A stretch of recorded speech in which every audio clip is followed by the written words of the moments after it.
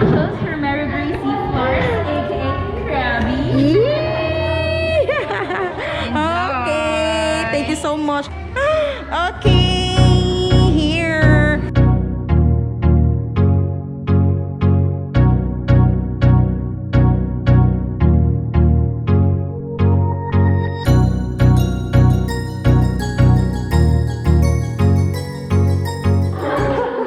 Hi, Krabby. Hello there. Hi, vlog! We are the Argao girls. Hi, Tito Humphrey. Hello. Say hi to the vlogging. Hi, Krabby. This is LeeCa. The LeeCa in the LeeCa's mom. Okay, guys. So I'm here with LeeCa for an exclusive tour sa LeeCa's mom. Oh, diba? I call her Krabby, guys. Ang mga games, na corner, mga board games, and books, and mga Jenga is over here. Okay, asa no? Jenga.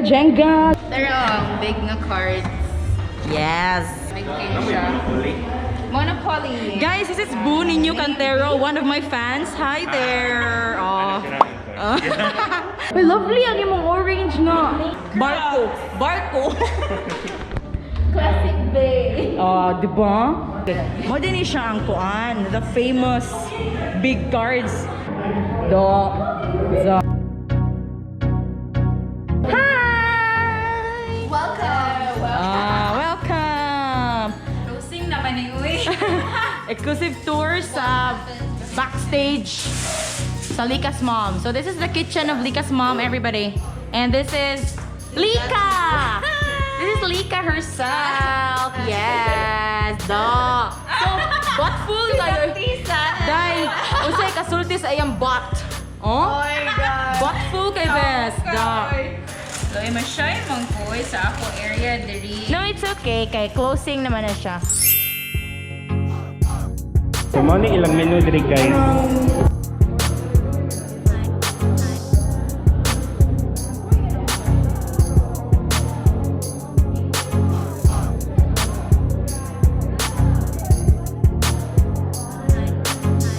Usually, snacks like sandwiches, pasta, tacos, nachos, mga finger foods like the person na ay rice meals.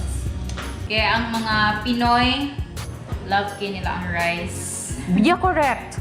I really wish na no nga mag-meet me ni LeeCa's mom yun mismo, but Yeah. LeeCa's mom is so busy and yeah. Not here all that time. Nasa main branch sa Chitangs. Siya did too. Tapos siya yung own work. Yeah. And now she is the one who manages this one, LeeCa herself. Or So, inherit.